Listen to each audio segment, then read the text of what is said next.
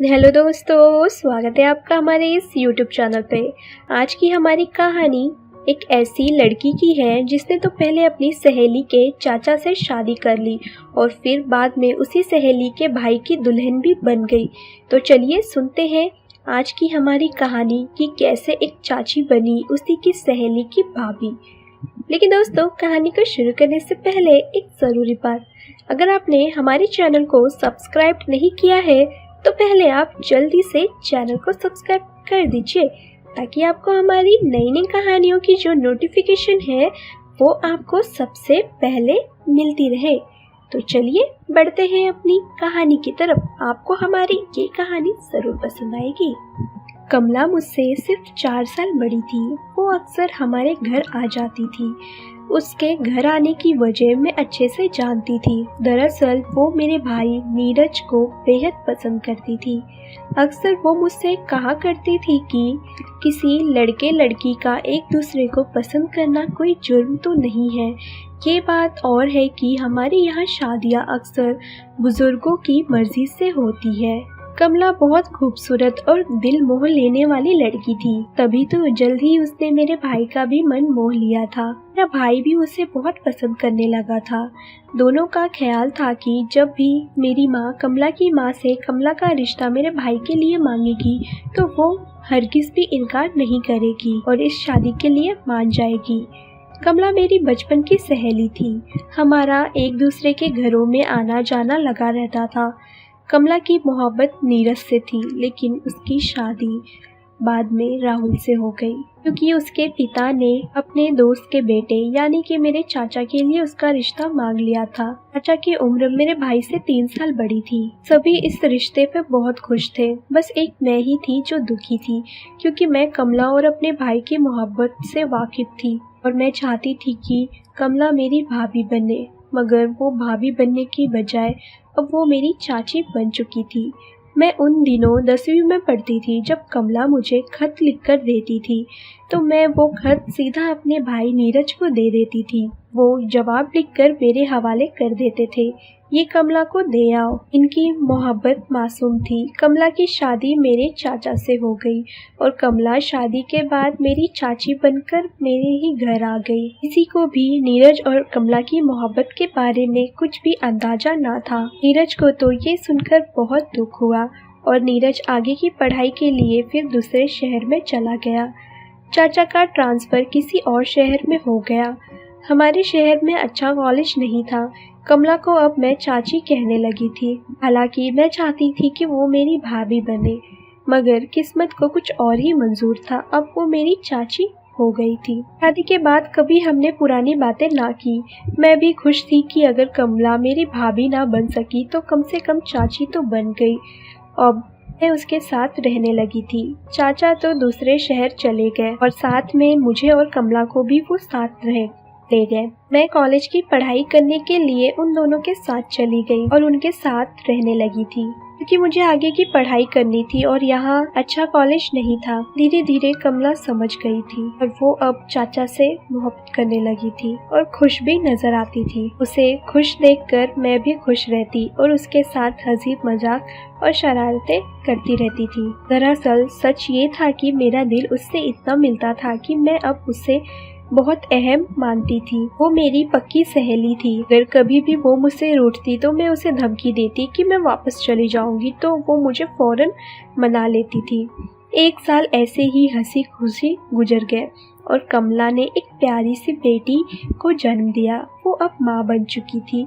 अब मैं भी उसका पहले से बहुत ज़्यादा ख्याल रखने लगी थी और वो मेरा भी बहुत ख्याल रखती थी। वो मुझसे अक्सर कहती थी कि मैं अपने घर में बहुत खुश हूँ, लेकिन कभी इस खुशी को किसी की नज़र ना लग जाए क्योंकि इंसान को बदलते देर नहीं लगती और इंसान का नसीब भी कभी भी बदल सकता है। खुशियों को नज़र लग सकती है।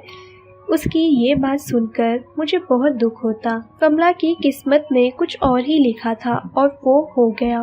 अफसोस इस बात का था कि ये मेरी वजह से हुआ था। उसकी खुशियाँ बिखर गई।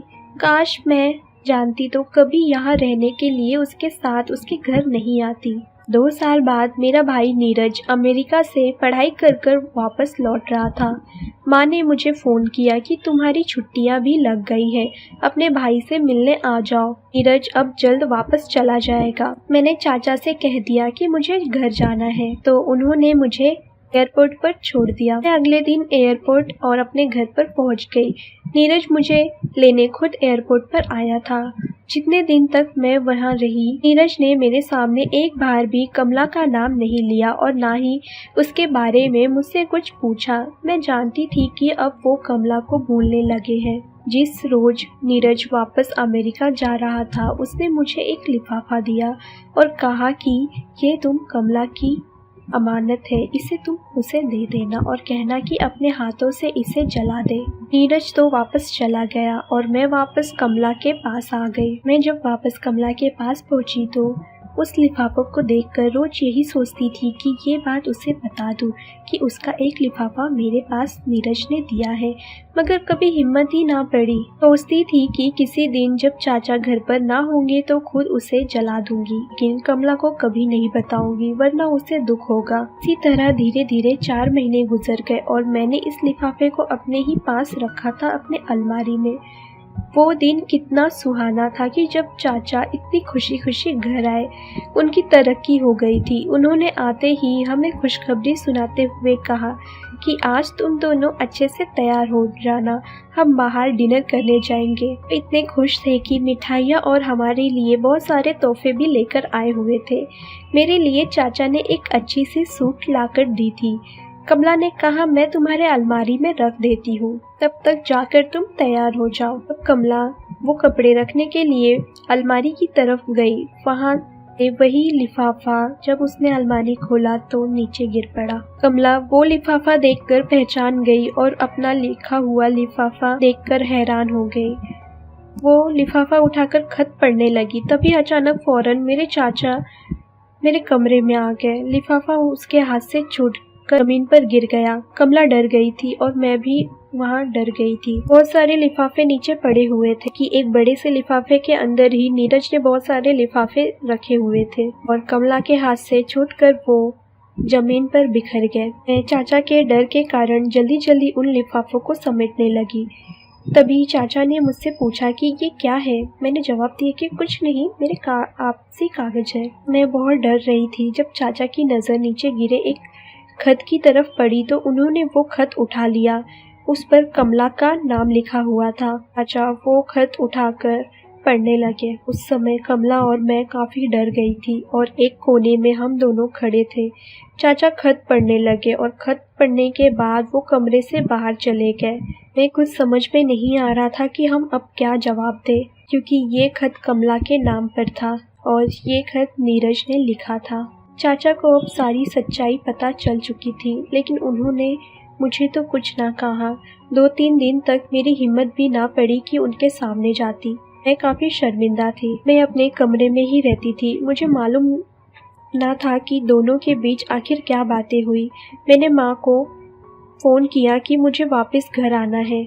मैं फिर अपने घर दूसरे दिन चली गई। मैं दोनों की निगाहों में मुजरिम बन चुकी थी और फिर अपने घर पे मैं आ गई कि मेरी हिम्मत ही नहीं हुई कि मैं वहाँ कमला के साथ अब रुक पाऊँ। कुछ समय बाद मालूम हुआ कि कमला अपने मायके वापस आ गई है और कुछ दिन बाद चाचा ने कमला को तलाक दे दिया। मैं बहुत डर गई थी। मैं कमला से माफ़ी भी ना मांग सकी कि काश मैंने वो लिफाफा खुद ही जला दिया होता। मैं यही सोचने लगी, कर अब तो बहुत देर हो चुकी थी। चाचा ने कमला को तलाक दे दिया था और कुछ समय बाद चाचा ने वहीं रहकर दूसरे शहर में अपनी दूसरी शादी भी कर ली थी और दूसरी शादी होने के बाद उन्होंने अपनी बेटी भी कमला से वापस ले ली थी। कमला की ऐसी हालत थी कि वो अब बीमार पड़ चुकी थी। ये सारा मेरे कारण हुआ। मेरी वजह से कमला की जिंदगी बिखर चुकी थी। 3 साल बाद जब नीरज अमेरिका से पढ़ाई पूरी कर घर आया तो मैं अपने भाई के पैर पकड़कर रोने लगी और मैंने कहा कि तुम कमला से शादी कर लो। एक गलती की वजह से कमला का घर उजड़ गया है। मैंने अपने भाई नीरज को सारी बातें समझाई। फिर मेरे भाई ने भी मेरी बात मान ली, क्योंकि वो भी अब कमला को भूल नहीं पाया था और वो खत नीरज का भी लिखा हुआ था। वो समझता था कि ये सारा उस खत के कारण हुआ है। फिर नीरज और हमने अपने घर वालों को सारी बातें समझाई। मैंने अपनी माँ को भी मना लिया और हम फिर कमला के घर रिश्ता लेकर गए।